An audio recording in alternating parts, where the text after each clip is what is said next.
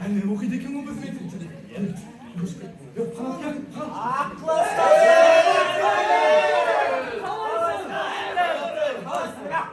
оқылсаңыз қалдыңдар ма? Шеттерден жинап қалыпсыңдар ғой. Аман ба менің сыныбым? Аман ба біздің парталар? Аман ба біздің глобус? Глобус қайсы? Жоқ па? Жоқ.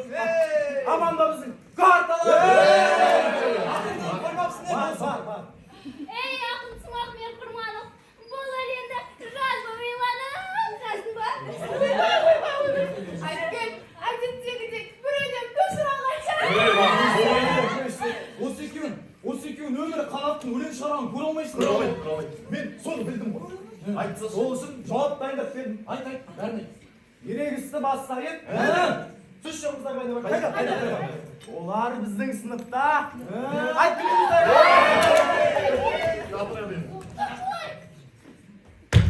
Осы Қанатпен оқитындай болсам, мектепке кеткім келмейді.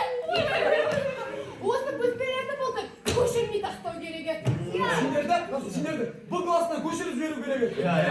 Қой, бұл класста әдем қыздар оқиды. Ей қыздар, өздер жерде бөсілеп, үлгі түйген әңгіме, жымию деген бетті. Кім? Алдылап басып кетті. Айт күлдейді саған, күлсейін. Қыздар, жа. 3 айда жан-жақта болып, жан-жақ нәрсесін. Шынды айтсам, сендер білмейді. Өзім барлықтарын қатсағым, мына екеуіңді сағынасың ба? Өтіп. Жаз бойы соғысатын адам жоқ. Әттен ішін пісіліп кетті. Жа. Емістер керек дейсің. Жарайды. Сендердің ұрыстардан шыным керек, шаршап кеттім. 10 жыл бойы бір телесериал көріп жүрген секілдім. 10 жыл бойы бір сериядан көріп келатым. Көлтпеш, ауыстыру керек. Оның бәрі жай. Менде бір телевизия алып бар. Айтайын ба? Қара. Кеше менің үйімнің жанына жаңадан қыз келді. Қыз десе өлесіңдер. Қара, ол қыз деген Үндістандық актрисалар секілді. Бойы деген ұзын, беті әппақ, шашы деген бұлай. Фигурасын айтсаңшы. Қандай? Фигурасы деген мына. Фигура кімде жоқ?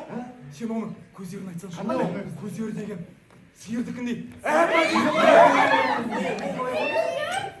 Ағайбеков, осы ерден мені жақсы! Сендер әлі балалықты қоймапсыңдар. Біле білсен, сиырдың көзден әдемі көз жоқ. Көздерің тұңғиық сенің жүзің.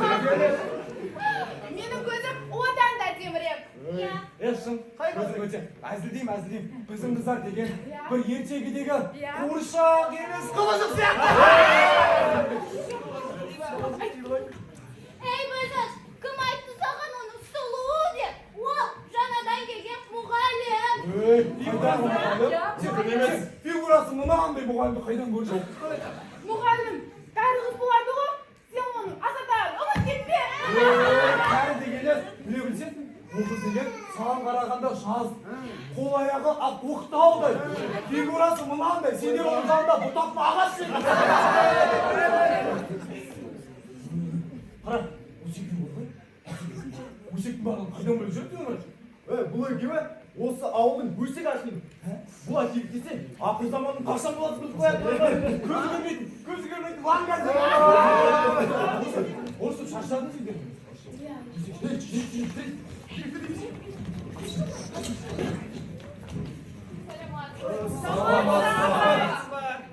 Отырыңдар. Жаңа оқу жылдары құтты болсын.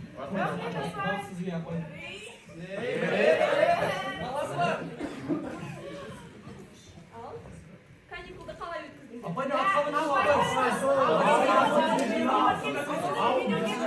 Сабақты оқыдық па? Мен оқыдым. Енді сабаққа кірісеміз. Биыл сендерге оқуға ерекше күш салу қажет. Алда мемлекеттік емтихан келе жатыр. Мемлекеттік емтихан. Оның үстіне уақыт деген тегін. Ал біздер мына Айткүлде озат оқушылар көбірек шықса, бәрімізге абырой. Біз қайда қалдық? Олар шықпайды-ау. Айтпақшы. Айтамын деп. Мектебімізге жаңадан жас маман келді. Танысып қойыңыздар. жатыр. Аты жөні Кәріпбаева Гүлзат Болатқызы. Саламатсыз ба? Айтқан қызың осы ма? Иә, осыңыз ғой. Айттым ғой саған фигурасы. Мынау кукла ғой. Кукла емес. Барби ғой ол. Қалай болғанын білмеймін. Айтты жас деп саған. Қазіргі таңда еліміздің өркендеуі үшін, білім ордаларының көркеюі үшін, мына Гүлзат апайларыңдай жас мамандар ауадай қажет. Ауадай қажет, иә. Осындай ауадай қажет. Гүлзат Болатқызы біздің мектепке бірден емес. Айтпақшы. Бұдан былай Гүлзат Болатқызы сендердің жаңа сынып жетекшісі.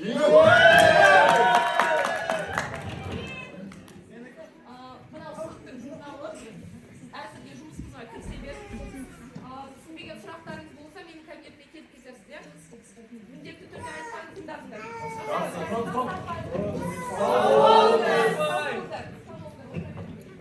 Сөйлесіңдер ме балалар?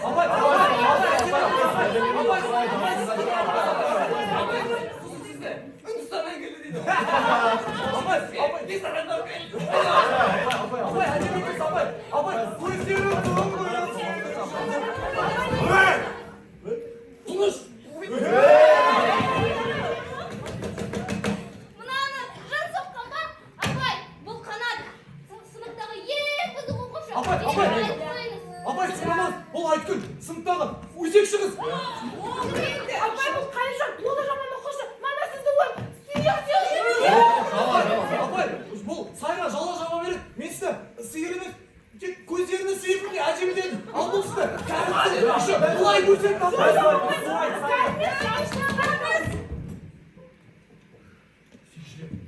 Шулап болыңдар ма? Тәрбие сағатын өтпегендерін көріп тұр.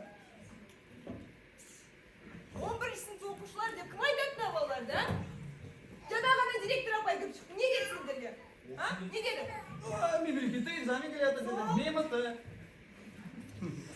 Жарайтпаңыз қалайық. Менің атым қайтадан айтып өтем, Гүлзат Болатқызы. Қазір журнал бойынша аттарыңды айтып, мен деп тұра аласыңдар. Оқыңдар ма? Болды. Қайжан, саған бірдеңе айтайын ба? Айта қойшы. Мен ғашығым. Ғашығым қалмайсың ба? Атышпен сатышқа ма? Бетол, мен мына Гүлзатқа ғашықпын. Гүлзат дейсің ба? Абай Айткүл. Оған емес пе? Жоқ, кәрі қыз қуалайын деп пе? Мен қанат. Қанат.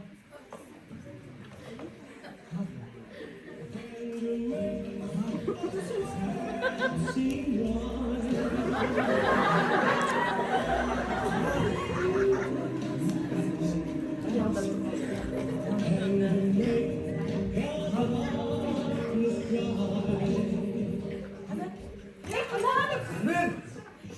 Отыр орнына, не болды саған? Абай, одан да сізге өлең оқып берейінші. Тыңдаңыз. Білмеймін, айта аламын ба жан сырымды? Ояттың сезім деген баласы ойым. Абай, Абай, бұл бізде ақын жігіт қанат. Біле білсеңіз, бұл сыныптағы екінші Бұқағали Мақатай. Өтірік айтады, ұрлап алған. Yapma, ұрлайды, өзімді күте береді. Жаңа ғана шуламаңдар деп айтып едім ғой. Қанат, шешендіктеріңді сабақ айтқанда көремін. Сендер бағаны тек білімдеріңмен ғана емес, тәрбиелеріңмен де аласыңдар, ұқтыңдар ма? Жарайды, ертеңге өздерің жайлы, арман мақсаттарың жайлы сөйлесіп келесіңдер, ұқтыңдар ма? Бүгінше болсыңдар. Сабақ бітіресіңдер?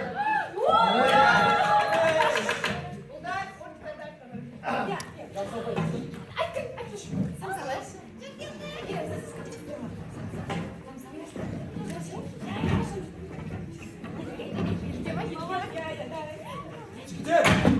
Жігіттер бір жиналып, сега ойнамадық па, я? Сайтарсың, сигарета! Ой, оны папаңнан сұрайсың бе? Қанат, бір сегадан жоймайық па? Қайжан, мен Гүлзат апаймен оңаша алсам ба деп едім. Есікті құлттап кетейін ба, қолымды алсайшы, алайын. Балаларға келісіп қойдық қой, барайық та. Сен артына тығылып отыр, сен күтіп артып бірге барамыз. Апай, сіз ана айтып кірген сайға ренжімеңізші апай. Олар әлі күнге дейін 5-ші сыныптың қыздар секілді. Бір нәрсе болса, сыпсыңдай жөнелді, дұрыс еп, бәрін айт. Оның сенің жазып тұрған тәрбиең жоқ. Бірақ енді поэзияға деген ынтамды қылайын. Ой, апай, өлең дейін жетеді. Айт дейін. Уақыт жоқ ертең айтасың және. Bir нәрсе айтайын апай, білмесеңіз 90'дарды мен ұстаймын ба? Иә. Сандарды? Иә. Сұрайын деген оған. 90'дар деген ол 90-шы сынып мектепте кетті. Ұстаймын деген бәрі менен қорқады. Сондықтан аштан алақанымда, жұмсам жұдырығымда. Солай ма? Иә, сіз білесіз ба? Сіз шығарсыз. Ауылға жаңадан келдіңіз. Көшеде қабаған иттер бар. Бұзық балалар бар дегенде жүріңіз апай. Бәрін істей аламын деп айтасың ба? Жетсең,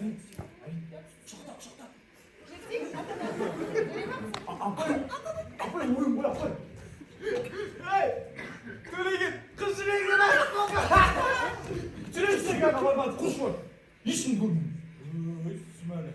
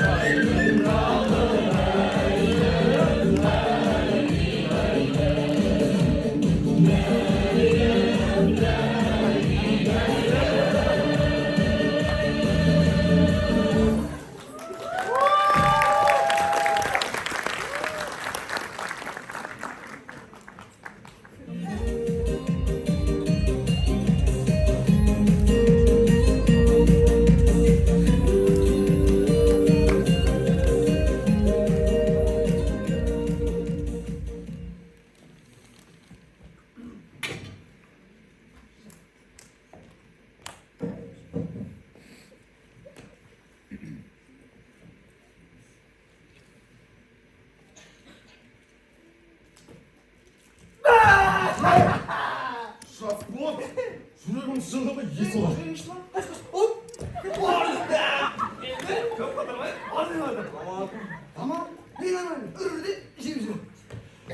Жұмысыңмен істерсің, жүр, бата қойып апай.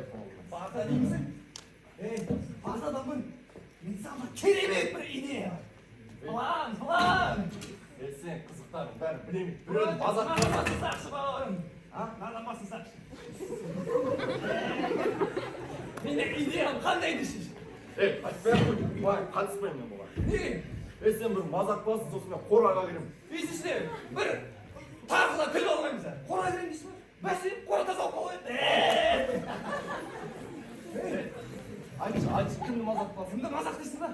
Осы жолы қақпағыма мұғалім түсті. Қой, жоқ, қатыспаймын. Қай мұғалім есесің? Қайдесің ба? Өзі. Жоқ, Гүлзат апай, жаңадан келген апай ма? зат әдемі. Жоқ. Ол мектептегі ең жақсы мұғалім. Жоған басқа жасаса. Басқасы жасауға болмайды. Басқасы мен жасап біліп қояды. Ал білесің өзің қасқырдың аузы жесе де жемесе де бір менен басқа бар оқушы жоқ сияқты. Бірдей өлең жас болады, ана өлең жас болады. Гүлзат апай жаңадан келген. Әдемі біле қоймас. Енді оған өзің де айтсын ғой. Кінәді сұрасай не дейді? Ол не дейсің ғой? Айтшы. Қу миыңның бар екенін білгенім. Мына отырысты көріп тұрсың ба? Орындық па? Отырғыш, мен батыстанмын. Мына чурчурупын фук босаттыңыз. Апай келіп отырғанда фук екі аяқ аспанның. Айдай сұлу апайдың екі аяқ әдемі аяғы фук етіп келіп тұрып тұрғанда. Біз бүйтіп тұрып тұрғанда. Мен сен тақпайтын жоқ. Апай бүгін ұзын өкісін киемге қысқасын ба? Ұзының кимесіне тілейміз. Әумин.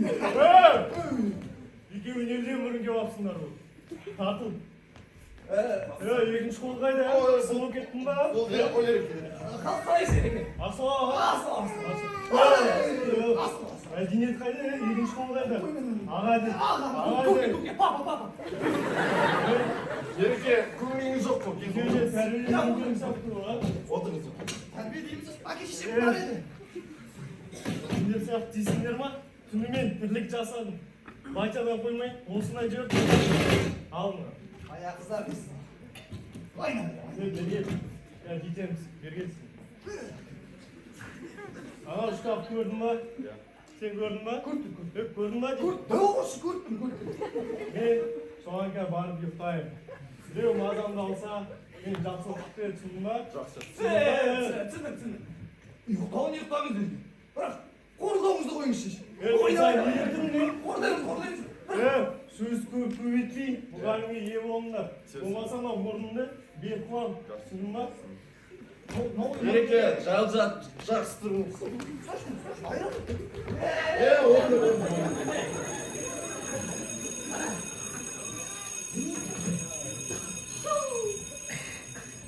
Сен до конца қоймағансыңдар ма? Өзің өш.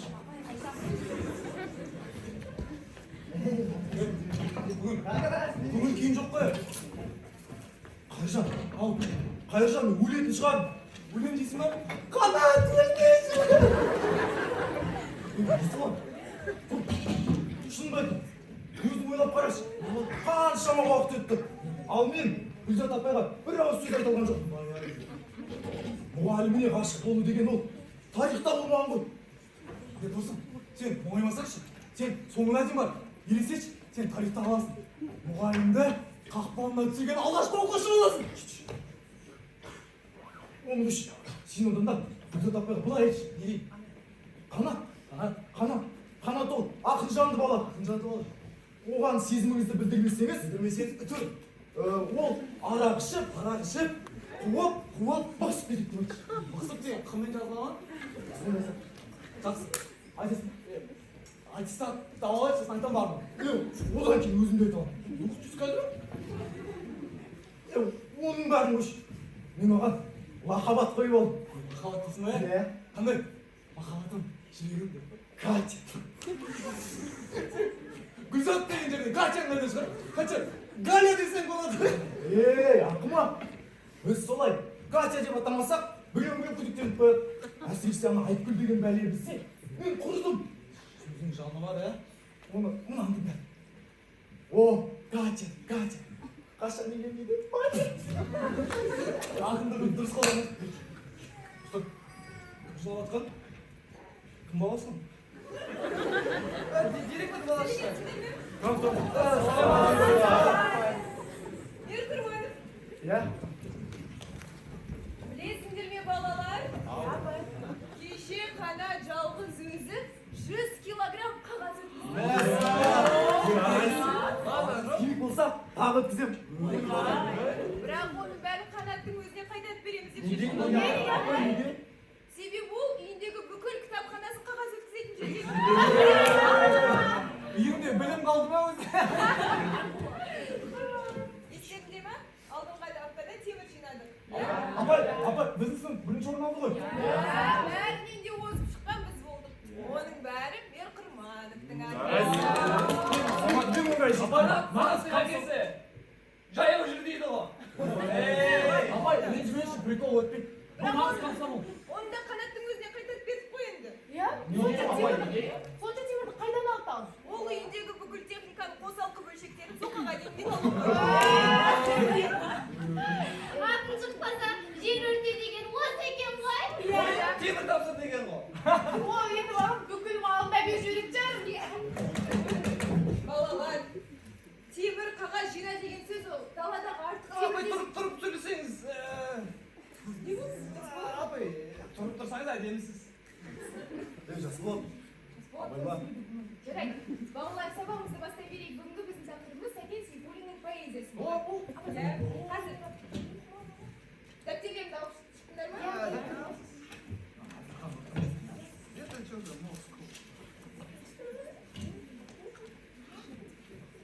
Айтпақшы, Айткүл, ана арғы шкафтағы құралдардан шықпайсың. Мен өзім алып шықсамшы. Вот қой сондайыңды болды. Апай өтініш. Өзім алып шықсам. Соңғы қолданбай қойшы. Иә, қолданбай қойшы. Балалар, қазір директор апай кіріп шығады, тексерсін мүмкін. Еліп тұратын нәрсе ғой ол. Директор келе ма? Келмейді. Сендер ол қайдан білесің? Ел дейтін директордың баласы емес пе? Ақылдасып келді бәрі. Мысалы, не болды балалар? Айткүл бар, тез шығар шешіңді. Апай, өтініш бүгін қолданбай ақ қойыңызшы. Бүгін ол сұрады. Саламатсыздар. Менен көреді. Бір амалымыз ау. Не амалда? Шақта пәленмеден. Сәт болғасын, бүгін оқушылар келме. Иә, бірақ ержан деген ғана бала жоқ. Неге жоқ себебін анықтаңыз. Сабағымызды өткізе беріпсің, ана бар, ержан берейін. Артқа бармай қойшы. Алдыда жақсы. Ярым тағы жабай. Мені орным отыр емес.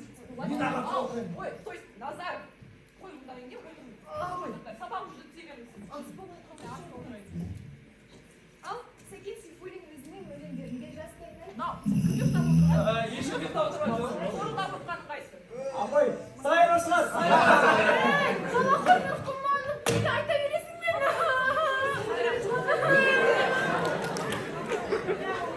Қателеспекте болады, ренжімеңіздер. Сабағымызды өткіземіз. Бәрі дұрыс, ешкім ұйықтап жатқан жоқ. Сәкен Сейфуллин өздерінің ақсақ ниет деген Апай, бір сабақ айтсам болады. Апай, өтірік сабақ айтайыншы. Бадым. Бүгін оқып келіп едім. Кішкене отыр орнына. Айтсын. Айтсын. Мен бұл ұлан мүлдем сабақ оқымайды деп жүрсем, бұл сабақ Ол қайыңыз ғой. жақсы мен ғой. Биыл асылар. Айта барамын. Бүгінгі тақырып Сәкен Сейфуллин, Ақсерек. Ақсақ киек. Бетпақтың, арқаның бетпақ деген баласы бар. Бетпақтың. Анық деген баласы бар. Орнан түрлі сарасы бар. Апай, ордыңыз ордыңыз. Апай, мен жерге тұрсаңыз. Сіз алдында тұрмасаңыз, сабақ айта алмайды. Мен жалғастырайын таппақ. Бүгін келдім жатта. Не жайдық беңдер? Жалғастырайын мен. Бір сөзім бар. Киікті және дейді, бөкен дейді. Қазақстанда бөкендер мекен дейді. Бұндай талантты екенсің, қалай бұндай? Бар ғой енді. Кімді айтып? Жарайсың. Неге бұнdan бермесін болмаған? Биыл бастап. Ой, кән басқа сабақ. Оны келесі жыл тексерсеңіз. Келесі жыл бастаймын.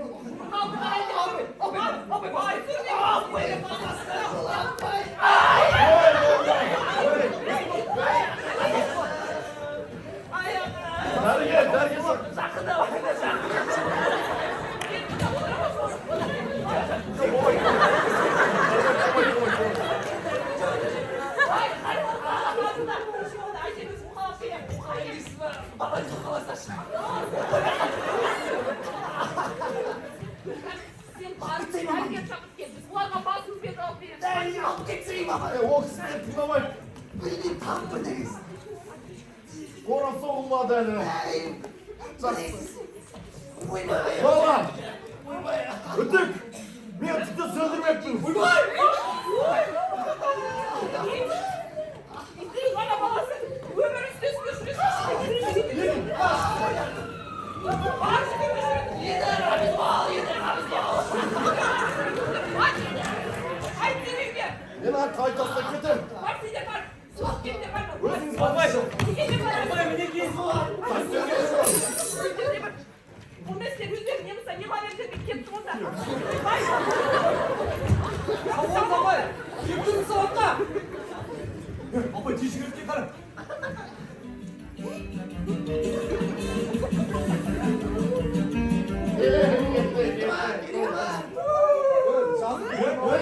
Şuraya kapı şuraya. Aman esin çıkanım ha. Mın demiş. Hey. Ne oldu kumalı? Nasıl olmayın? Donunla. Otur. Güzel abay. Berger dinegimiz. Min lazım geldim. Baba ben tüpte ısırıp ben. Geleverin. Abay saldandınız. Esma abacık kalsa iyi de gitti.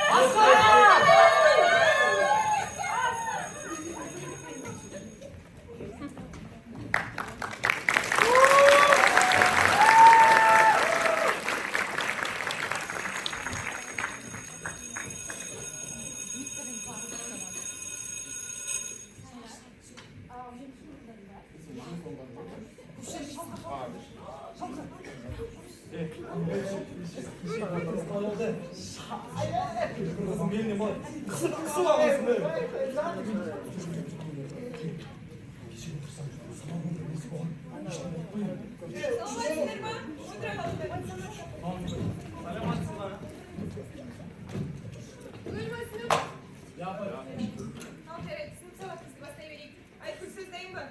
Ya yapay. Birinçiden sen bugünü keşkisi ablam bir kız neydi bir topalı tıkılıp oturşası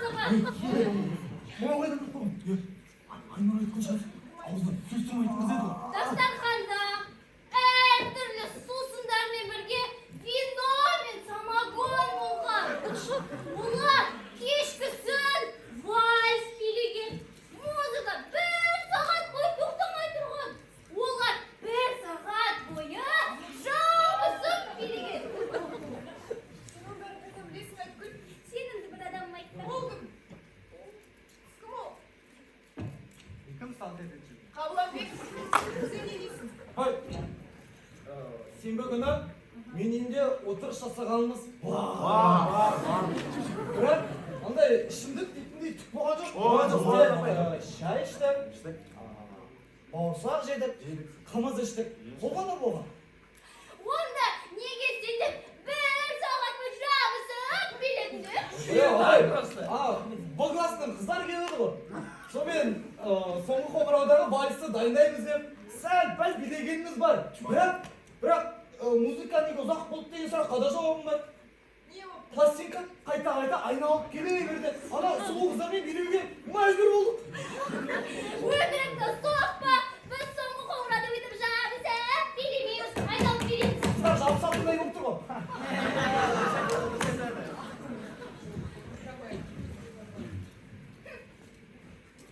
Vallahi ben sendiri verip tam kalam. Hep gece kızıgamın da. Al, otur şasapsın. Onday derseler soğuk sınıfta bulup bırak hiç kuşu kaçar almayın yerinde. Bırak, ariyattan arılmadan. Erten kana anda unda taraysında da geçesindir. Bir kız kıftanı sağmasın da gözüresindir. Сағынғаны сағынбайсың. Сендер менің тұңғыш оқушыларымсыңдар. Мен сендердің ұяларыңнан биікке ұшуларыңды қалаймын, сеземін сөйтіп. Өздеріңді қатты жақсы көремін. Мен де. Біз де жақсы көреміз. Мысырақ сен. Айтты сөзің бар ма тағы? Ya yapay, yapay. Ал енді Мешқұрманов қанаттың тәрбиесі туралы айта келсек, біздің ойымызша Мешқұрманов қанат өте бұзылған бала. Өйткені ол үнемі өзімен өзі күбірлеп сөйлеп, қиялдан терезеге қарап жүреді. Және де отырған партасында не К деген әріпті жазып қалдырып келеді.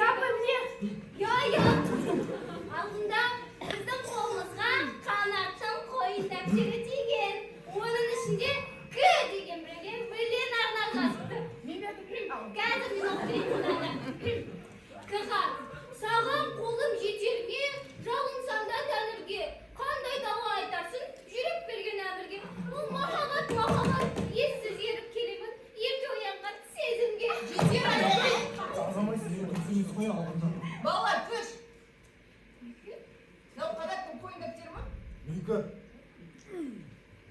Сендер балалар бір-бірлерінің жеке шаруаларына араласуды болмайтынын білмеуші ме едіңдер? Есекшілер ма? Қанат ақылшыл бала болып келеді, иә білемін оны. Өз басым түсінемін. Мүмкін болашақта Мұқағалидей ақын болып кетеді. Отыр ойныңа. Ал сен бала?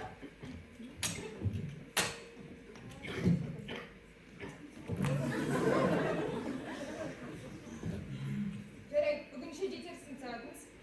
Енді сол қоңырауға дайындығымызды бастай берейік, иә? Бірақ алдында солдарды артқа қарай көшіп жіберейік. Мен бәрге жетпеймін.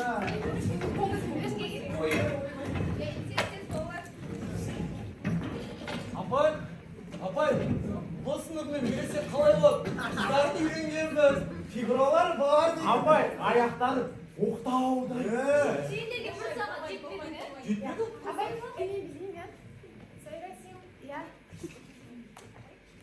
Қайжан сендерге ше? Қайыржан, сапашын қалдың ба?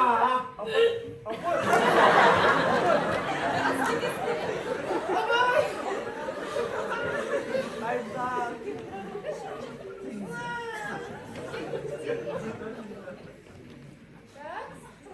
Маған кім бар екен? Айтқын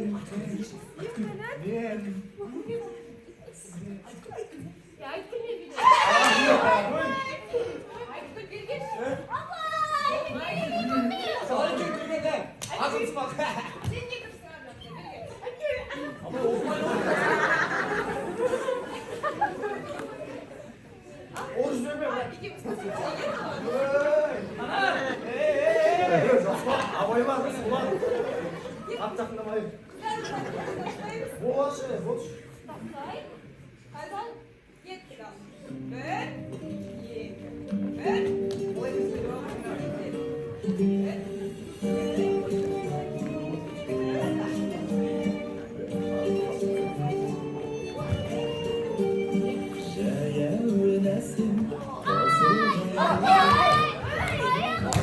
Апай, дым, апай. Ne yapar? Абашын бұтақтау жақсы берейді ғой. Башай кетпейді. Апай, икеміз жоқ. Бой кішкентай. Апай, шаршадық бұлармен билеп. Икемдері жоқ. Менің үйімдегі би жақсы құшақ тұрса. Жарайды. Жетер екен. Ертең жалғастырармыз, жарай ма? Биге боссыңдар, жарайды. Бірақ айтып сайра қылғыңдаршы. Шаршадым yok малар. Апаймен оңаша алайын десем, тағы келіп қиылықты. Осылардан 500 қыса мұрнымды кесіп беремін. Мен оны алып, ұрып жақ қоямын. Болмай пәлеттерді қысашы.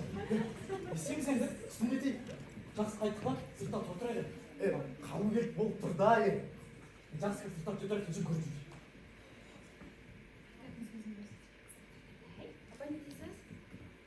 Сендер өте әдемі де, күшті оқитын қыздармысыңдар менің. Бірақ, кейде сөздерімен құлақтарың жараспай кетеді ғой. Мен абай болады. Қыз деген бір инабатты, ибалы, өзін ұстай алатындай болу керек қой. Сендер басқа қыздарға қарағанда мінездеріңді көрсетесіңдер де жүресіңдер. Апай сонда біз жүрген. Жоқ, сайна енді қыз деген қылып суған емес қой ол. Өзін дұрыстау, 17 жасында өз сұлулығы бар дегендей бой жеткен сияқтысыңдар өздеріңді. Ана кинодағыдай. Шықпай жатыр ғой. Қыздар, сені не істеуші? Үйлерінде емізетін бұзауларың жоқ па? Жігіттер, ауылда оқымаған қараңғы адам емеспіз ғой. Май сыпайы түрде әсілдесек жас бала емеспіз. Жігіттер, сау болыңдар. Әжігізді шығарсаңлар келе ма? Қорқысыңдар ма? Әжіпті, қыз олай деген ба да? Есі, шар салматып қояды. Мен де бар ғой. Онда, культурный қыздар шар салайын деп жақсы. Абайлар, бір үйдің қызын басқа шығарды. Апай, сіз менің Bizim yürü.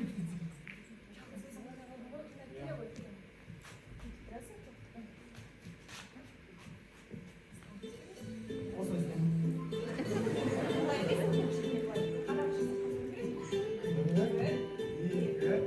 Üç, dört.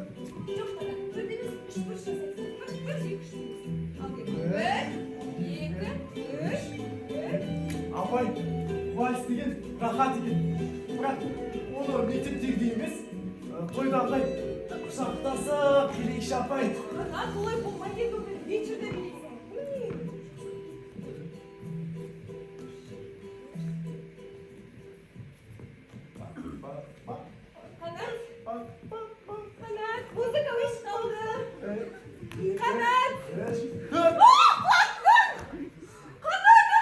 Апай, ешқашан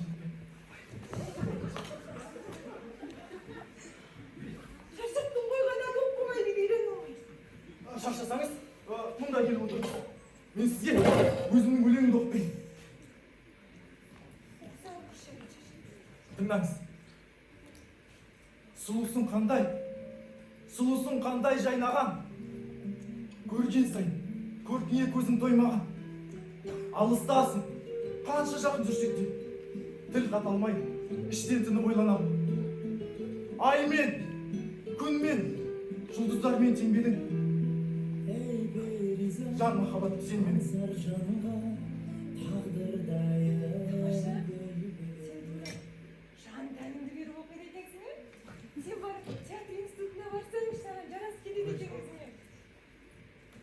Байқайым, бұл өлең ана Ка деген қызға арналған шығар, а? Оны қайдан біліп қойдыңыз? Бәлден ағана айтып көреді көреміз бе? Аузында сөз тұрмайсың. Білдірдің бе? Апай, оған сезімді білдірейін десем, жүрегім дүрсілдеп, көзім қарауытып, тілім байланып, басым ауырып, қолым қармасып, ангинам көтеріліп. Жаның не деген жұмсақ жансың. Біреуді жақсы көру деген үлкен қасиет ол. Білем. 17-ге толып қалдың. Бірдеңесі тауып білдіру керек еді саған. Білдіре алмай жүрмін. Бұл және дұрсам, тоғыз бұл қасиет көшеттіға кетті деген айтты. Неге ұршып тастай береді? Ой, не біз күткен десек дұрыс та ол. Дұрыс болды. Апай, жанға жік сөйтіп. Кеш болды. Үйге қайтайын, ба? Апай, мен қараңғыдан қорқам. Қорсам қорқ енді үйге барамыз. Апай, сіз білмеуші ме едіңіз? Біздің мына мектеп, ол бейіттің үстіне салынған. Мұнда түнде жын шайтандар жүр. Тұрғын бәрі қанат кетіп үйге қайтайын. Апай, шын айтам.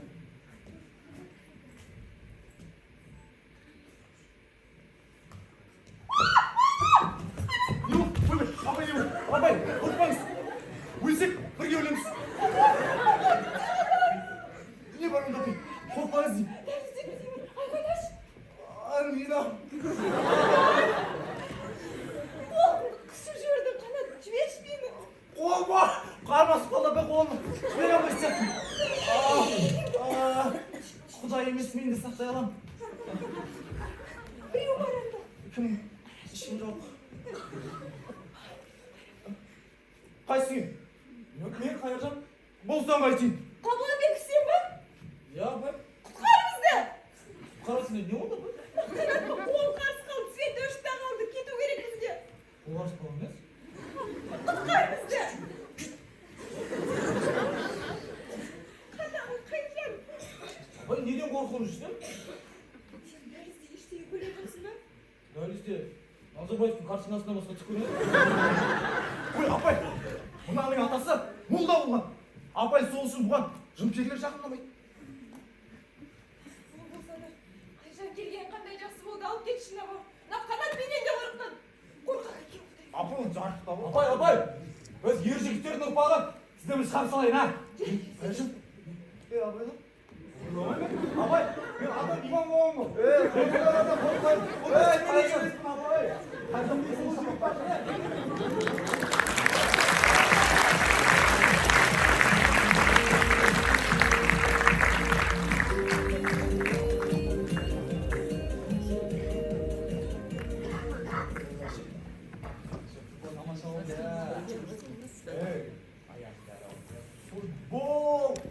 баскетбол, волейбол қойғыш.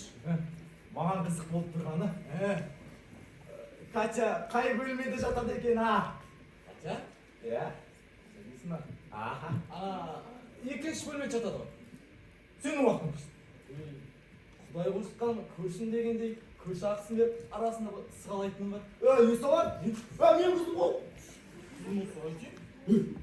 Енді қарасаң, мойнын бұзам. О жерде көретіндей түгі жоқ. Түнде пердесін жауып алады да, ұйықтайды. Не киіммен жатыр ма, киімсіз жатыр ма байқамайсың. Бұзатын болсам, ана, көтерем айтеш, ай болды ма жұмыс. Ол да осы жақта айналшықтап жүреді. Келіп сығалайды ау деймін. Айбол? Несін зорыңға? Айтпадың ба?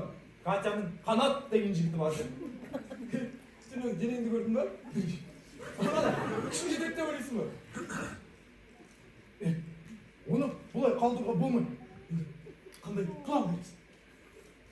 Ол өзі жетіспейтіндеу, сәл сондай еді адамда. Ау дейін айтып. Оны онда аяқ бастамайды деп бұзбайды.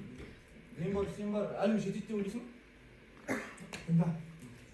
Айбол, келе жатады. Дәмесі оның зор.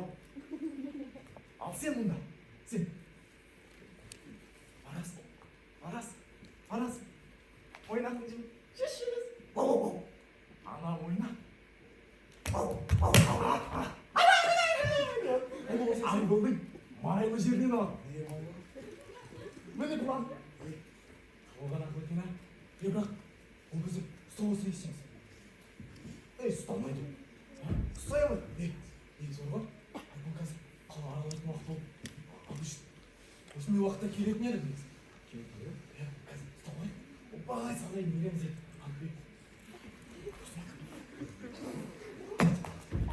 Ассалаумағалейкум. Ассалаумағалейкум. Амыз, еш қал. Жайша дұрыс па? Әлде бөтен қой іздеп жүрсіз ба? Бөтен қой іздеп жүрсіз ба? Бөтен қой іздейтін қой іздеп бердің ә? Әлде бөтен тауық іздеп жүрсің? Бала. Қыз. Үйде тұратын жасылға өзетте іздеп жүр. Сыртынан 8-ші реттен мен ғашық болып қалдым. Мынау 8 емес қой?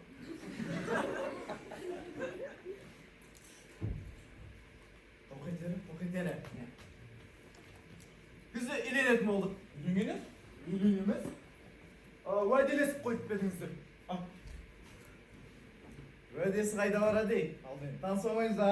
Танысамайсыздар да ма? Бірнеше рет келіп едім. Ағасы қатал, ұрады, боқтайды. Аман есен жібермейді екен. Сізге бір план ойластыру керек қана енді. Айге, сізге бюджеттен қойған жоқ. Сізге бір жеке сөйлесіп кетсек. Айтты болсам осы уақытта келеді. Жаңағы итіңді дайын. Менде бұдан жақсы бал бар.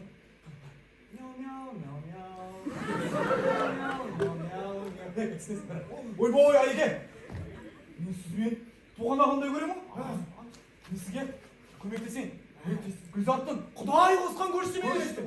Сізде ер жігіт бар, менде көрші қыз бар дегендей. Қазір мен сөйлесіп келейін. Осыдан сізбен өзі жеке таныстырам. Дұрыс ма? Дұрыс сөйтсеңші. Есесіне еңбегін жемеймін. Жемесеңіз болды ма? Тоқта. Ай. Трактор бар еді. 30 қойы, 10 сиыры, москвичі деп айтасың ғой. Айтып тұрса математиканың проблеманы басатсыз. Жақсы. Ой, Айке. Сіз өзіңізге сенімсіз ба? Ол қыз деген талай жігіттің бетін қайтарған. Мұны мені кем болғаны ғой, Шыны көкең танымайсың бе? Көкеңді бәрі біледі. Өзің қоя беріңші. Оның ағасы бар ғой. Қып-қызыл жынды. Оны не істейсің? 5 жылқы берсе, кім қарсы болады дейсің, Айке мен сөйлескен. Қазір сізге белгі беремін дейді. Осыны өзіңіз әрі қарай танысасыз. Бейбарыс бей? Қалай тез-ақ келсе қалды ғой. Мен күткен болған ғой расымен. Қалай ұстасын дұрыс па? Қаншен, сізбе оңыз. Аяғымыз тікілі қап тұр. Бұл оперовный ма не? Сізге қазір бір белгі береді. Сіз бар, асықпай, ана жерге терес алдына барып, ұялмауыңыз керек. Yolan дейді. Тартай бала. Анда аңартық бұл. Күйем, сүйем. Бес рет қашық болмай сен.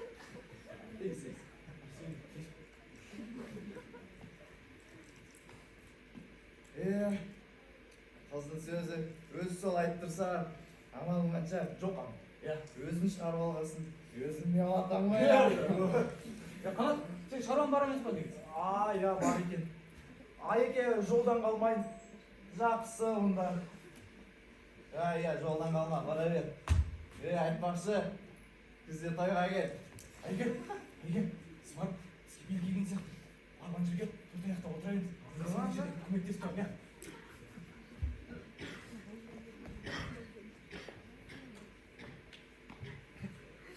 Айгер, бастан.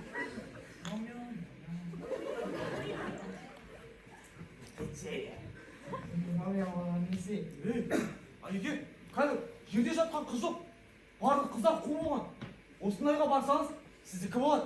Сөз берем.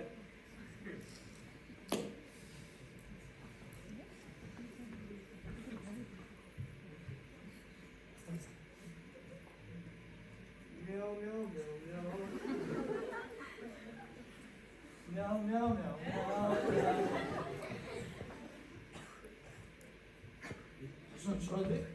Айгер, қаптырып дауысын шығарсаңызшы. Естілмей жатыр ма? Маған да естілмей. Әдемі күштілеп. Намыс қайда? Мяу.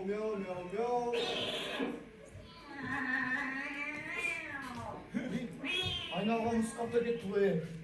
Сен де ұрғашы нұсқау айтқансың, келеді бе? Сен, намыс қайда? Ер жігіттік қайда, Барып, даусыңды күштілеп шығарып, ай! Еркек нұсқау дейсің ба? Иә.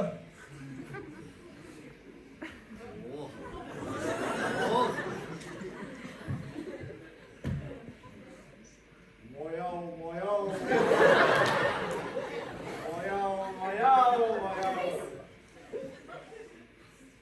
Талат қандай? Ой, тұман бол! Ойна! Ой!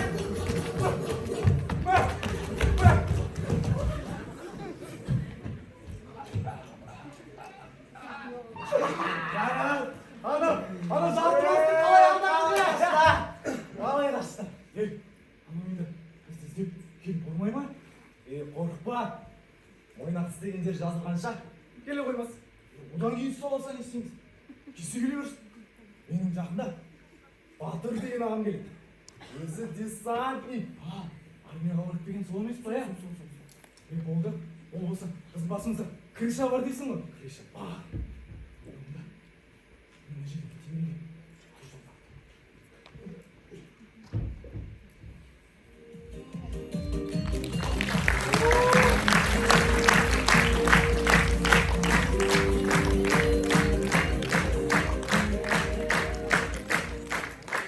Үйдің туалет маған ғана керек сияқты.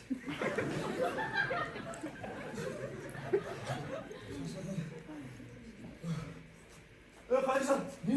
Қайыржан, өлдім, Қайыржан. Жоқ болды. Ойбай! Не болды? Жас едім, ойсыз. Дос. Шынымен айтам, Катядан өліп болдым. Гүлжан апай Тоқтарылмай көңілден жалғыз өткен өмірден Қайыржан. болды, қойшы. Қой еді. Адам сияқты айтшы, Гүлжан апайға бір нәрсе болды ма? Болған жоқ. Ана Батыр армиядан келді. Ой, жақсы емес пе? Қаяқтың жақсысы. Ана Батыр Гүлзатты біледі екен. Олар бір-бірін сүйеді екен, Қайыржан. Сенің ағаң, сен ғашық болғаны бір-бірін біледі дейсің бе? Ғашық дейсің бе?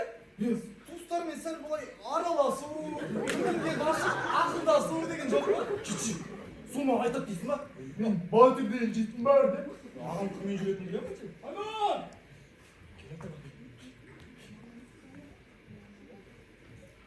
Ана бәлені, мына ұлақ кіргізу керек. Шақырып кетіп жүрдім мен. Әйін жетек дейсің ба, дейсің кеп қап? Ол кірсе. Мойна. Тосач. Ya оқымай адам өлтіріп қояды. Ертең соттамыз аламыз. Ана, сен доссың ба, дос емессің өзі? Осыны салып қойған. Ойна, ойна. Кәт. Ойна, адам ауылға кетті ғой.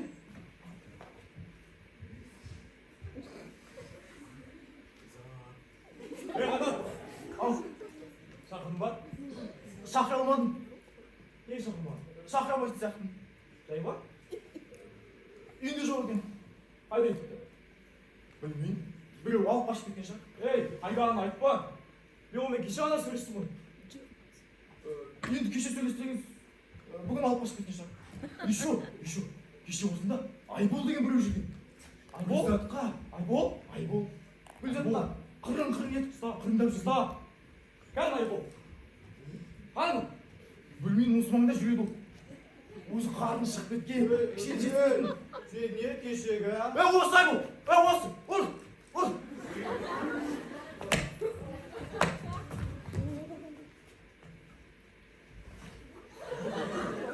Sen қайда, ей?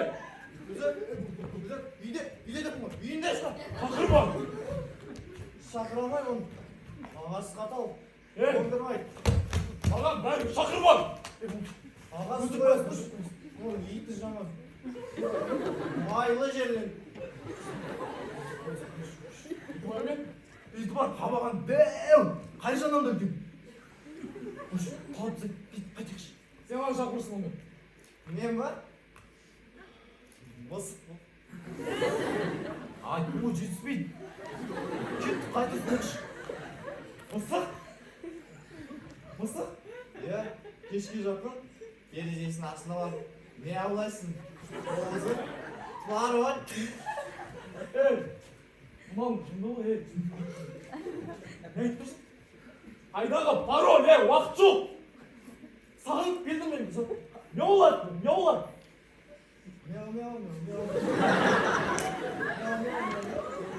Тоқтай тұр, даусым келтір алайын. Ең бастысы, еркек мысық ба мияулайсың? Маяу.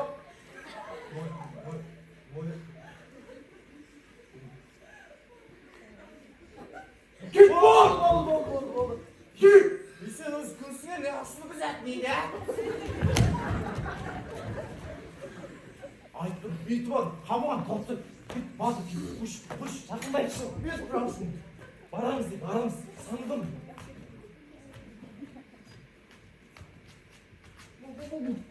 Бейті бар. Сағындым. Барайықшы.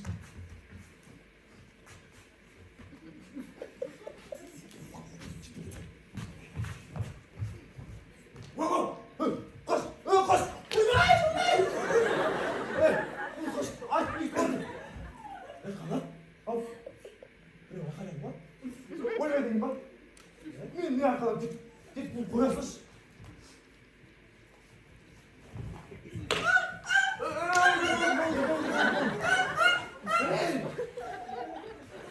Ауылдардың иттері де бұтыр. Тұмсығына теген шығар. Жақында барайықшы. Koş, koş. Uzat.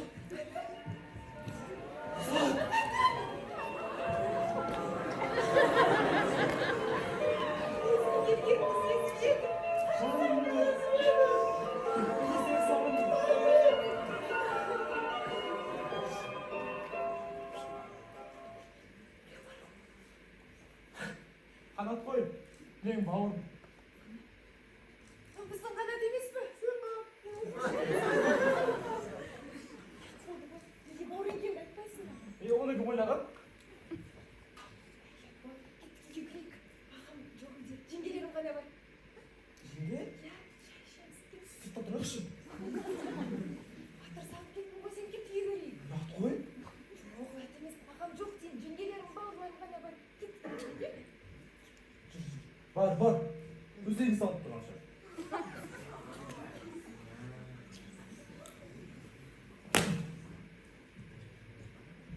Қош бол менің арманым.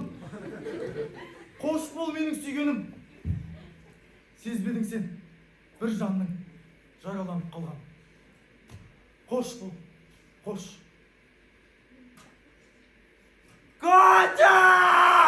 Oldu.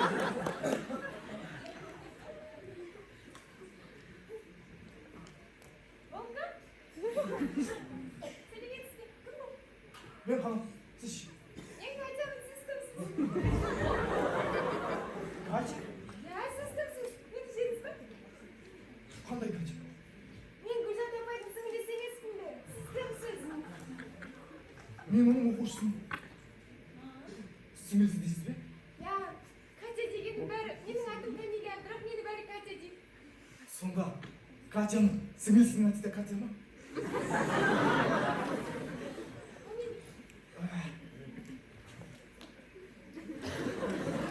Oh Katya, Katya. Oraldın bak. Sen mendey sağlışqa orandın bak.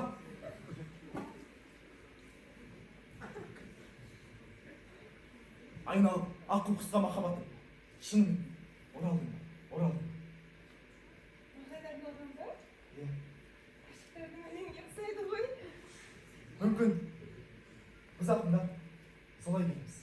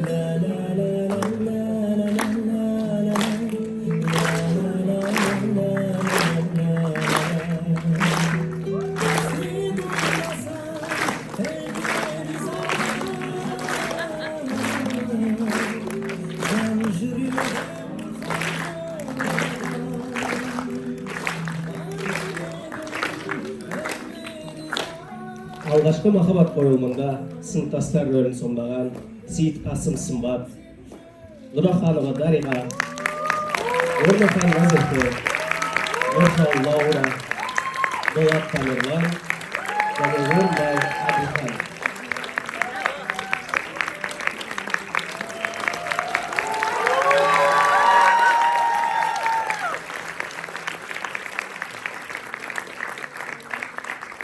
Батыр мен Айбол рөлдерін сомдаған Аяпберген Ғалымжан, Абдырахым Думан.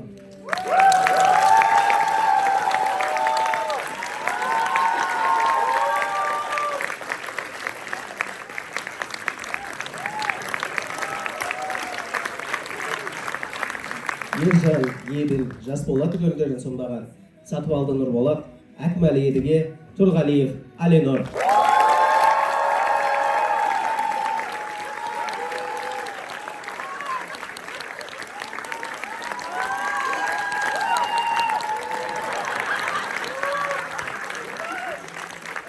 Директор рөлін сомдаған Алдаберген Арайлы.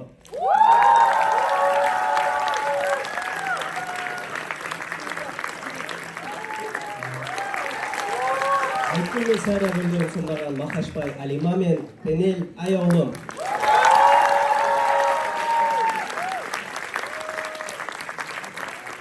Қайыржан рөлін сомдаған Серікбай Әлібей.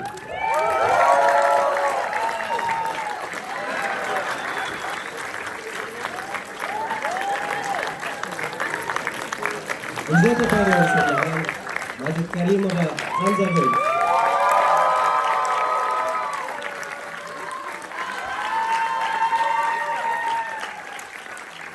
Және де Берғырманов Қанат рөлін сомдаған Серік Қуаныш.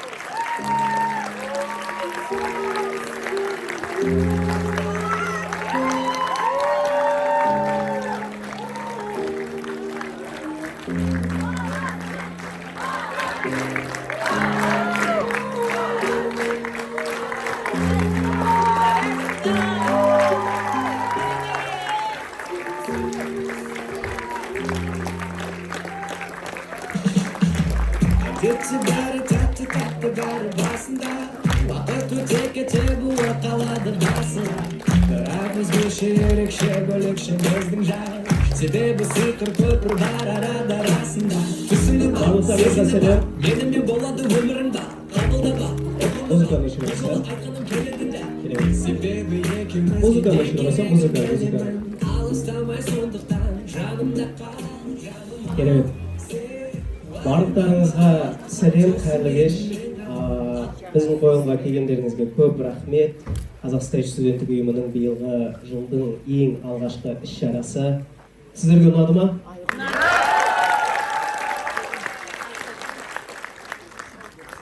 Бұл қойылым оқу жылының басындағы болатын, орысша айтқанда кипеш, оқу жылының басындағы қызық.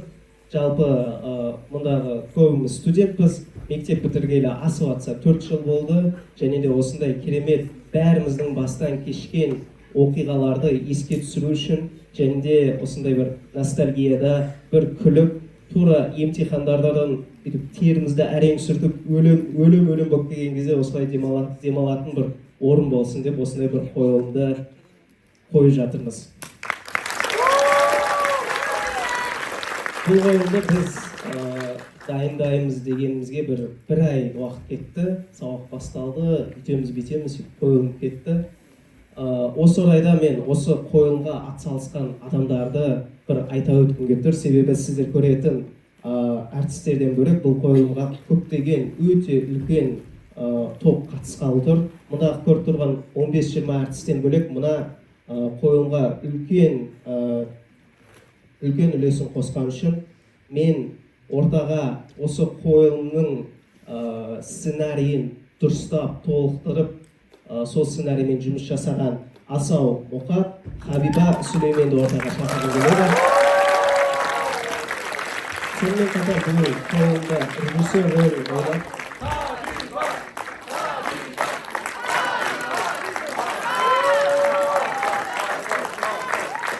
Сонымен қатар осы қойылымда режиссер болған Хабиба, Мейрамбек Райымбек, Бақашбай Аминаны ортаға шақырғым келіп тұр, барлықтары шыға қосыңыздар.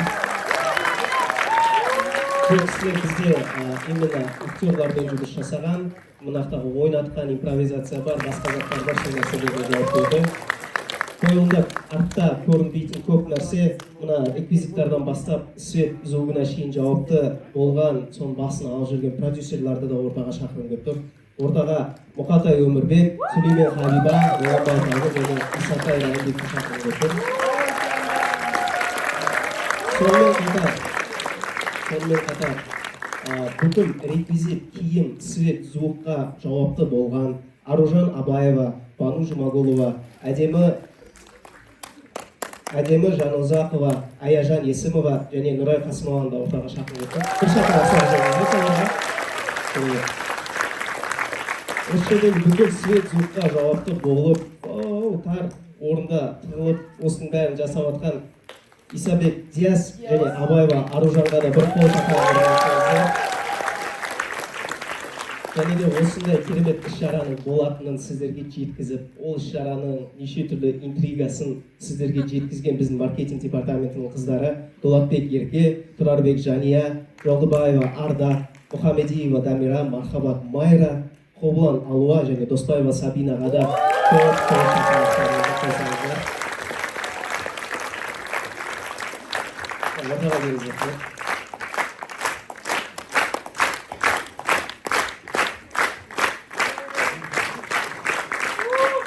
Көп тұрғандарыңыздай, мына тар жоғы 1 сағат уақытты алған осы кішігірім қойылымға осындай көп адам атсалысты. Бұдан да бөлек қаншама адамдар бар. Осы сіздердің демалыстарыңыз үшін, сіздердің еске түсіріп, осылай бір керемет марқайып қалуларыңыз үшін осы адамдардың бәрі жұмыс жасады. Және де осы адамдардың бәріне тағы да бір қол шапалақ жасаңыздар.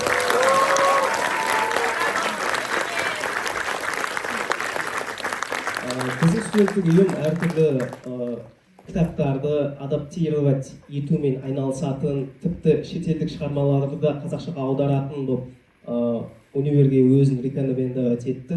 Бұл қойылым да бұған дейін дайын болған қойылым.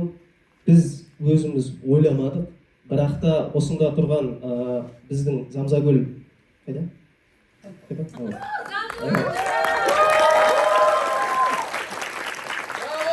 Жер домалақ демекші, шынымен жер домалақ екен. Өзіміз интернеттен іздеп, таныстарымыздан сұрап тауып алған қойылымымыздың сценарийінің авторы осы Замзагүлдің көкесі екен. Ол кісі бүгін ортада отыр. Қанат Жүнісов мырза, ортаға тек сізге бір сөз берсек.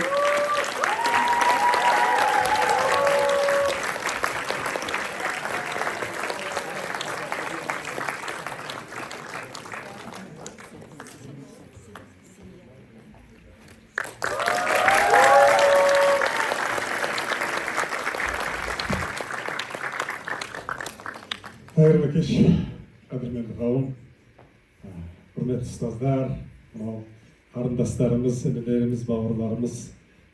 Бүгін бір жақсы тамаша кеш болған сияқты. Жаңа сөз барысында айтып жатыр, бұл өзі бір айдың ішінде қойылды деп. Шындығын айтсам, мен осының бүгін премьера болатын бір 3 күн бұрын ғана білдім. Өте қуаныштымын. Бұл алғашқы махаббат. Қазір енді Ұлттарға театр қайраткерлері одағының есептеуі бойынша қазіргі Қазақстандағы ең көп қойылған пьеса осы екен. Бұл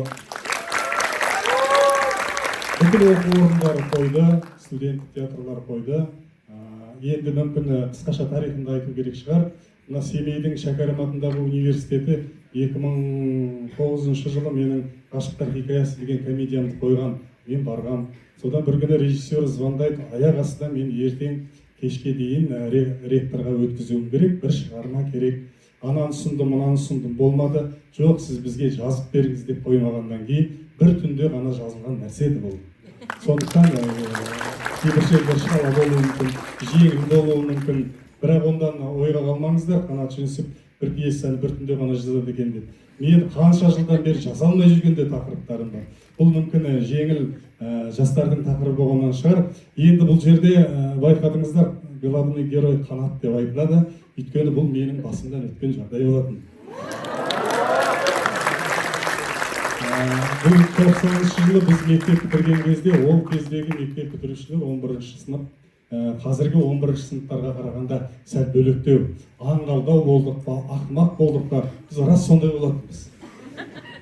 Енді ол кездегі біздің қылықтарымызды еске алсам, мен қазіргі балалар оның қасында үлкен бір университет бітірген сияқты көрінеді. Сондай жыл. Шындығында ол енді бұл жерде спектакльде ашығын айтқанда бар шындық менің мұғалімге ғашық болғаным ғана. Қалғанның барлығын мен ойдан құрап жаза салғам. Оның ішінде бір шындығы, әйтеуір ол кісі бізге орыс тілден сабақ берді, аты Гүлзифа болатын, Катя деп ат қойып алғаным рас. Содан кейін ол кісіге арнап өлең жазам, бір-екеуі жаңа ішінде жүр сол өлеңдер. Содан кейін апарып берем, мынаны орысша аударыңызшы деп. Енді маған орысшасының түкке қажеті жоқ оның. Ана түсінем екен деп ойлаймын. Бірақ енді ол мұғаліміміз шындығын айту керек, мен ол кезде бар жоқ 16-дамын, ол 20-да екен. Үлбірген жап-жас қыз екен. Кейін қарап отырсам, ол кісі түсінді. Соңғы емтиханда мен енді орыс тілден аса жақсы емеспін әлі күнге. Не жазам деп отырған мазмұндамада. Bir кезде қарап отырды да қасыма келіп бір қағазды қойып кетті. Ашсам соны жазып алып келген екен, соны мен көшірдім. Одан кейін ол кісіні мен көрген емеспін. Мына Алматыда премьера болған кезде сіңіліне айтып шақырды, мен келмеді бірақ. Бұның осындай ғана тарихы бар. Ал қалғанның бәрі ана батырдың жүргені, мектепте жүргені, итке талатқан, оның бәрі қиялдан туа салған өтірік нәрсе. Бірақ драматургия үшін, шығарма үшін алып берген. Енді жалпы осы алғашқы махаббатта үлкен театрлар қоямыз деді, мен көбіне рұқсат бермедім. Өйткені бұл 11-ші кластың 16-17 жасар балаға жазылған дүниені 30-дағы актердің ойнағаны жараспайды. Сондықтан осындай театрлар бүгінде қарап отырмын, өздері сөз қосып алған, жетілдірген, мысалы жаңа жүрегім ұшып кетті дегенде секіріп жүрегімді алып берді. Ол мына актерлардың өздерінің тапқан дүниесі, режиссерлік. Бастан өзі сонда ғана Зәмзәгүл Медетберім менің қарындасым, нағашым, Оржан ағамыз осы киноға түсіп жүргенін, өнерге жақын екенін білетін, бүгін бірінші рет көрдім. Балалардың әрқайсысының бойынан тазалық, жастық бізге керегі осы. Ол кәсіпқой актерларға қойған талапты сендерге қоюға болмайды. Олар басқаша ойнайды, және олардың возрастына бұл шығарма келмейді. Оларға ойнап қажет жоқ. Оны тек жастар театрларына ғана рұқсат бердім. Солар қояды, соны студенттік театрлар қояды. Содан кейін қоюшы режиссердің бірі Хабиба, қарындасым екен өзімнің. Жаңа қойылым басында сөйлесіп жатырмыз. Көп-көп рахмет айналайындар. Мына өнерлік алып ұшқан директорыма, бұл шығарманың ішінде бір тазалық бар. Жаңағы мұғалімнің біліп сезіп жүр, бірақ ортадағы шекараны ұстай білгені, баланың да көңіліне қарағаны, достардың бір-біріне. Сол жағын кішкене тағы да айқындасаңыздар болады. Көп рахмет, барлығы ұнады. Сіздердің осы мынау бүгінгі қойылымдағы жаңадан келген, енді ғана оқуға түсіп келіп жасап жатқан деген. Бұл театр деген өзі жалпы адамды рухани өсіретін бүкіл өнердің қай түрін болмасын, бірнеше түрін біріктіре алатын, синтез жасайтын үлкен орда ғой. Бір уақытта осы театрға көңіл бөліп сахнада жүргендеріңіз сіздердің бір үлкен жүректі жандар екеніңізді білдіреді. Ұлтты сүю, өнерді сүю, осы. Көп-көп рахмет. Мен сенемін жастарға алашатын аспанға шығарады олар бір таңда дейді ғой Мағжан. Мінекей сол Мағжан сенім артқан жастардың бір буыны сахнада. Көп-көп рахмет. Бұдан кейін қойылымдарыңызға келіп тұрам. Маған өте ұнады. Ұстаздарыңызға көп-көп рахмет, жаңа танысып жатырмын.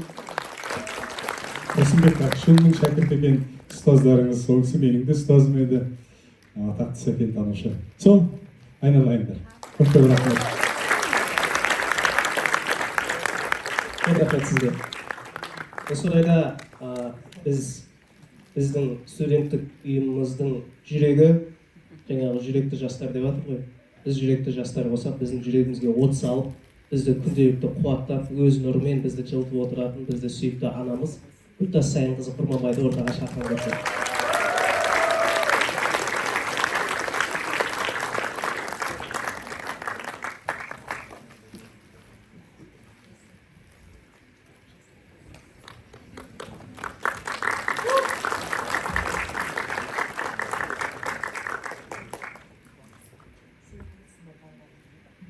Ғажап, бүгін бір ғажап күн болды балаларым. Бұл қойылым несімен керемет десе, бұл қойылым әрбір адам баласының жүрегіндегі бүршік атқан ең алғашқы махаббат туралы. Солай болады балаларым. Махаббат деген ол тәрбиелейді. Махаббат деген сендерді есейтеді. Сондықтан алтындарым, сендер бүгін барлықтарың жиылып, ана отырған Аружан, Диас, барлықтарың жиылып, бір әдемі букет жасадыңдар. Құтты болсын жандарым, құтты болсын. Қайреке, Қанат бауырым, өзіңізде Сәкеннен аумайды екенсіз. Бүкіл мынау болмысыңызбен, жан дүниеңізбен, егер сізде сондай тап-таза мөлдір махаббат болмаса, мынандай дүние тұрмас еді. Оған бір-ақ күнде жаздым демеңіз. Ол махаббат деген нәрсе бір-ақ күнде емес, бір секундта, бір минутта оянатын нәрсе. Сондықтан ол сіздің жаныңызда қаншама жыл өмір сүрген әдемі сезімді сізге түкте емес еді, бүйтіп әкеле салу, беру. Соның бүгін көрінісін көрдік. Айналайын, барлықтарыңа шын жүрегімнен рахмет айтамын. Құлыншағым сол Қанат болып ойнаған балам, алтыным, міне қандай естейдім деген. Үлкен үміт күтем. Мынау ағаларың осы жерде отырған, мына былтырғы жылғы президентimiz отыр Әлішер осы жерде. Биыл президент болған Айғын осындай дүниені алып келді. Зәмзагүл жаным, қайдасың? Зәмзагүл, көрдің бе алтыным? Бір ғажап, керемет, бір нәзік гүл болады ғой. Сол гүлді қыз баласының тазалығын, қыз баласының биязылығын, әдемілігін, ұстаз деген қандай болу керек деген нәрсені көрсете алдым жаным. Көрсете алдым. Ол бойында еш нәрсесі жоқ адам көрсете алмайды, құлыным. Соны көрсете алдым. Қыздар, құлыншақтар, барлықтарында ұлдар, жігіттер, директордың баласы. Әлинұр, міне бұрынғы актеріміз біздің Әлинұрымыз. Ғалымжан, міне Атырау, Ниш, отырып ойнаған балаларымыз керемет. Мынау бастықтар, Райым, міне керемет біздің Махаббат қызық мол жылдарда Ерболды ойнаған бала. Мынау менің Өмірбек деген алтын баламыз. Бұл ғажап күйші, ғажап енді дүниені білетін адам. Сондықтан да алтындарым, Әмина, барлықтарыңа ырзамын. Керемет. Осы рөлді ең керемет ойнаған біреу өзіңсің жаным. Болады өмірге. Ол баланың тазалығы, мектептің баласына жарасатын қылық, әдемі ашып бердің. Ал айналайын директорден аумайсың. Болашақ директор бол, үлкен компаниялардың бәріңді құттықтаймын жандарым. Рахмет, өте жақсы ойнадың алтыным.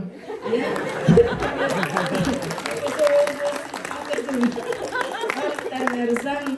Ал Айғын айналайын, табыс тілеймін. Келесі қойылымда үлкен дүниені шығарасыңдар, амандық болса. Бұл балаларым, сендердің бәріңе алғашқы бүгін ең қиын күн болды барлықтарыңа. Осы аптада 5 емтихан тапсырдыңдар. Рас қой, е? Ертең тағы біреуі бар. Соның бәрінде жеңіске жетіңдер алтындарым. Аман есен елге барып, қуанып қайтыңдар. Міне, рахмет.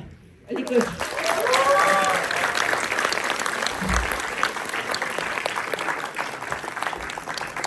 Көп рахмет апай, көп рахмет аға.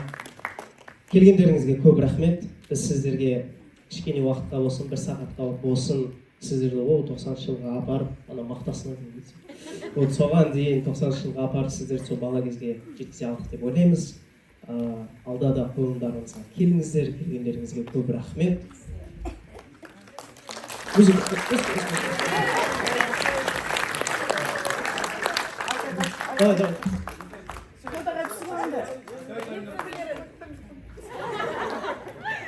Достар, бұл біздің чуть-чуть дефис болып кетті. Барлығымыз бірге жарқыраймыз, жайнаймыз, алға шабамыз, достар.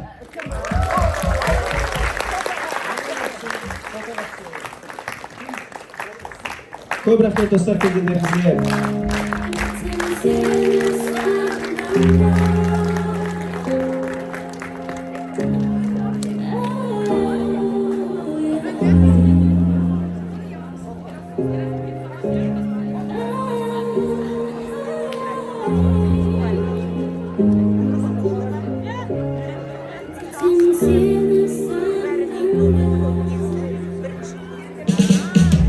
Әдетте бәрі тәтті бәрі басында, уақыт өте кете буы қалады басыла. Бірақ өзгеше ерекше бөлекше біздің жай, себебі сиқыр көпір бар арада расында. Түсіні бар, сезімі бар, менімен болады өмірің бар, қабылда бар, ұғымы бар. Бұл жолы айтқаным келеді дәл,